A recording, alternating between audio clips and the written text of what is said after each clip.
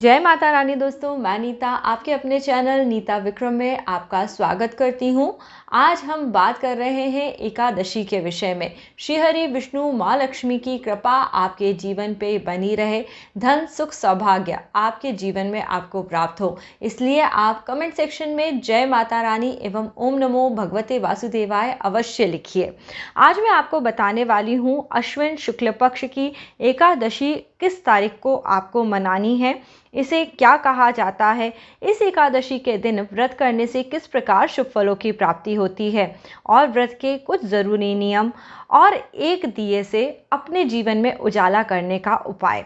एकादशी की तिथि आपके जीवन में पाप कर्मों का नाश करके सुख सौभाग्य देती है, इसलिए इस दिन पे दिए से करा हुआ ये उपाय आपके भाग्य को जगाता है, आपके दुर्भाग्य का नाश करता है और सुख सौभाग्य प्राप्त कराता है। अश्विन मास के शुक्ल पक्ष की एकादशी का व्रत 27 अक्टूबर 2020 की तारीख को रखा जाएगा। इस दिन मंगलवार का दिन है। इस एकादशी को हम सभी पापांकुश एकादशी व्रत के नाम से जानते हैं। इस दिन व्रत करने से आपको पापों से मुक्ति मिलती है एवं मनुष्यों को कठिन तपस्या करने के कारण जो फल प्राप्त होते हैं वह फल इस एकादशी को करने मात्र से आपको प्राप्त हो जाते हैं। मनुष्यों को यम के दुख नहीं भोगने पड़ते हैं। 1000 अश्वमेघ यज्ञ और 100 राजसूर्य यज्ञ का फल इस एकादशी के फल के 16वें भाग के बराबर भी नहीं होता है। अर्थात इस एकादशी के समान इस पूरे संसार में कोई व्रत नहीं है। एकादशी व्रत मनुष्य को निरोगी काया देता है एवं अच्छे जीवन साथी की प्राप्ति कराता है। धन धान्य की प्राप्ति होती है, जिससे कि मनुष्य सभी प्रकार के सुखों को भोगते हैं और अंत में स्वर्ग को जाते हैं। एकादशी व्रत के करने मात्र से श्री हरि विष्णु की प्रसन्नता के कारण मनुष्यों को सुख का अनुभव होता है। इस प्रकार का महापुण्य देने वाला व्रत यदि द्वादशी युक्त तिथि में करा जाए तो इस एकादशी व्रत का महापुण्य फल आपको प्राप्त होता है। तो मैं आपको तिथि के विषय की जानकारी बता देती हूँ। एकादशी की तिथि का प्रारंभ 26 अक्टूबर 2020 यानी सोमवार के दिन में सुबह 9 बजे से हो जाएगा। एकादशी तिथि की समाप्ति 27 अक्टूबर 2020 सुबह 10:46 पे होगी। इसके बाद द्वादशी की तिथि लग जाएगी। इस बार हमें द्वादशी युक्त एकादशी व्रत 27 अक्टूबर 2020 की तारीख को करना है और व्रत का पारण अगले दिन करा जाता है, जबकि द्वादशी युक्त तिथि रहती है, यानी 28 अक्टूबर 2020 को सुबह बुधवार के दिन आपको व्रत का पारण करना है। 6:24 से लेके 8:40 के बीच में आप अपने व्रत का पारण कर सकते हैं। कई लोग पूछते हैं क्या इस समय के बाद व्रत का पारण नहीं करना चाहिए। जैसा मैंने आपको बताया, जब द्वादशी तिथि समाप्ति पे होती है तब व्रत का पारण करने से शुभ फलों की प्राप्ति होती है। तो आप इस प्रकार से इस समय पे यदि व्रत का पारण करेंगे तो आपको अति पुण्य फलों की प्राप्ति होगी। चलिए अब व्रत के विषय में थोड़ी सी जानकारी मैं आपको दे दूं। मैं आपको बता देती हूँ। एकादशी का व्रत जैसा कि आप सब जानते हैं 3 दिवसीय व्रत है। दशमी, एकादशी और द्वादशी की तिथि, इन तीनों दिन के कुछ नियम होते हैं। दशमी की तिथि से व्रत का प्रारंभ होता है। इस दिन बहुत कम मात्रा में भोजन लेके व्रत का प्रारंभ करा जाता है, जिससे कि एकादशी की तिथि में आपके पेट में बिल्कुल भी बिना पचा हुआ अन्न का दाना नहीं होना चाहिए। इसलिए दशमी की तिथि में रात्रि में भोजन नहीं करते। शाम के समय जब तारे उदय होते हैं उस समय ही भोजन कर लिया जाता है। इस दिन पे कई तरह का भोजन नहीं करा जाता, जैसे चने नहीं खाए जाते, मांस मदिरा का सेवन नहीं करना चाहिए, तामसिक वस्तुएं नहीं खानी चाहिए। क्या खाया जाता है ये मैं आपको बता देती हूँ। गेहूँ खा सकते हैं, मूंग की दाल खाना चाहिए और घी का प्रयोग करा जाना चाहिए। यदि आप जौ का दलिया या जौ का भोजन करते हैं तो यह भी इस दिन पे कर सकते हैं। बाकी मसूर और कई तरह की चीज़ें इस दिन पे नहीं खाई जाती हैं। यह सब हमारे स्वास्थ्य की वृद्धि करने वाला है और अच्छा स्वास्थ्य ईश्वरीय कृपा से प्राप्त होता है। इसलिए आपसे जितना बन पाए उस हिसाब से आप दशमी की तिथि में जल्दी से जल्दी भोजन ज़रूर कर लें। रात्रि के समय अपने मुंह को अच्छे से साफ कर लें, जिससे मुंह में एक भी अन्न का दाना ना रहे। ब्रश कर लें और मुंह अच्छे से कुल्ला करके सोना चाहिए। एकादशी की तिथि में सुबह के समय जगें, हरि नाम लें, हरि का स्मरण करें, हरि के भजन गाते हुए अपने दिन का प्रारंभ करें। सुबह के सभी कार्य आप जल्दी निपटा लें। इस दिन पे बहुत ज़्यादा कार्य सुबह के समय नहीं करना चाहिए। ज़्यादातर अपना समय पूजा पाठ में व्यतीत करना चाहिए। विष्णु भगवान का नाम लेते रहना चाहिए। मन ही मन उनके मंत्रों का स्मरण करते रहिए। नहाने के पानी में थोड़ा सा आंवला डाल के आपको स्नान करना चाहिए। ऐसा कहा जाता है यदि आंवले के पानी से स्नान करा जाए तो माँ लक्ष्मी की कृपा प्राप्त होती है। इसके बाद सूर्य नारायण को जल अवश्य दीजिए, क्योंकि इससे आपके भाग्य में परिवर्तन आता है और आपको सफलता प्राप्त होती है। श्रीहरि विष्णु भगवान को स्नान कराइए। उनके नामों का जाप करते हुए उनका पूजन अर्चन करिए। भगवान को पीला रंग अति प्रिय है, इसलिए उन्हें पीले रंग के वस्त्र पहनाइए। पीले फूलों से उनका श्रृंगार करिए। उनके भोजन के लिए कोई ना कोई पीले रंग की मिठाई ज़रूर लगाइए।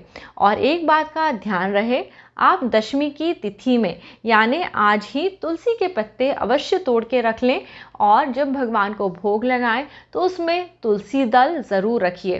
तुलसी के पत्तों के ऊपर जो बीज आ जाते हैं, जिन्हें हम मंजरी कहते हैं, यदि उस प्रकार के तुलसी के पत्ते हैं तो वो आप विष्णु भगवान को अर्पित करिए।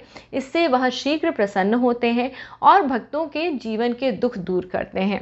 विष्णु भगवान के सामने समर्पित भाव से बैठते हुए उनका आवाहन पूजन करिए। बोलिए, हे श्री हरि विष्णु, मैं आपकी पूजा कर रहा हूँ। मेरे एकादशी के व्रत को आप ग्रहण करिए और मुझे इसका पुण्य फल प्रदान करिए। यदि आपके जीवन में कोई विशेष समस्या, कोई दुख आपको परेशान कर रहा है, उसके लिए भी प्रभु से आपको प्रार्थना अवश्य करनी चाहिए। अब आपको एकादशी के व्रत का महात्म्य सुनना चाहिए।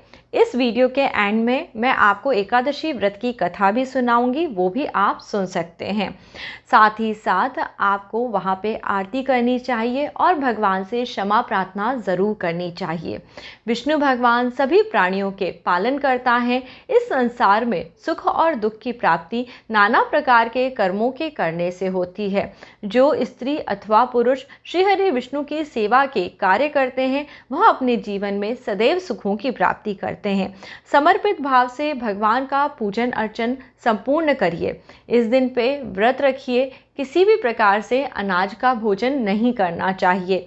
आप फलाहारी व्रत कर सकते हैं, जल रेख के व्रत कर सकते हैं। जिन लोगों से इस प्रकार व्रत नहीं करा जाता, वह सेंधा नमक से युक्त व्रत का जो भोजन होता है वह एक समय खा के इस व्रत को करें। और यदि आप बीमार हैं तो आप अपनी दवाई वगैरह इस दिन पे ज़रूर ले सकते हैं। भक्ति भाव के साथ दिन भर हरि पूजन, हरि गान, हरि स्मरण ज़रूर करते रहें।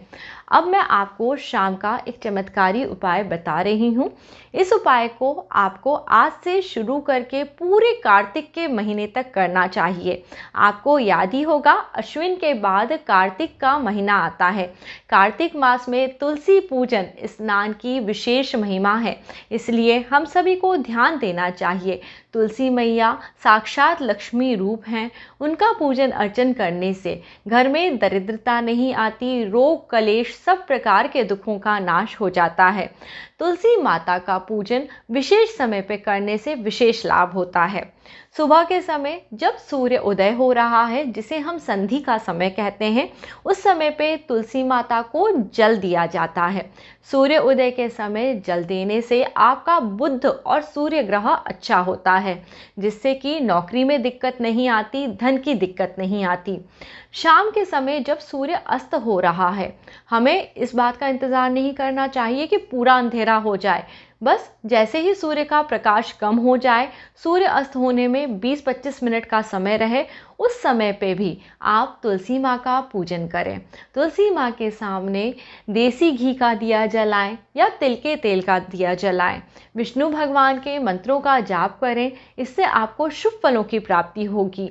ओम नमो भगवते वासुदेवाय, ओम नमो नारायणाय, इस प्रकार के मंत्रों का जाप कर प्रभु को प्रसन्न करें। बोले, हे भगवान, हमें हमारे जीवन में सभी तरह के उद्देश्यों की प्राप्ति हो।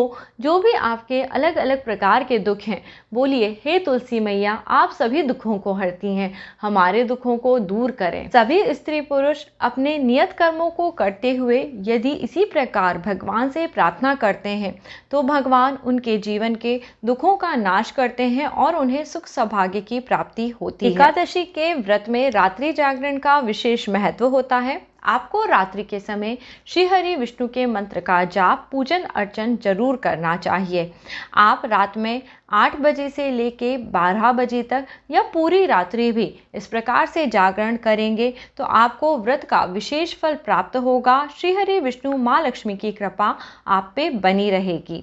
अब मैं आपको पापांकुश एकादशी का महात्मा और कथा बता रही हूँ।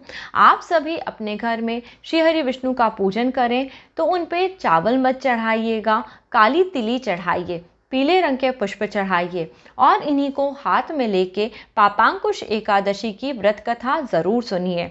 अब मैं आपसे कथा कहती हूँ। अर्जुन ने कहा, हे जगदीश्वर, अश्विन माह के शुक्ल पक्ष की एकादशी का क्या नाम है?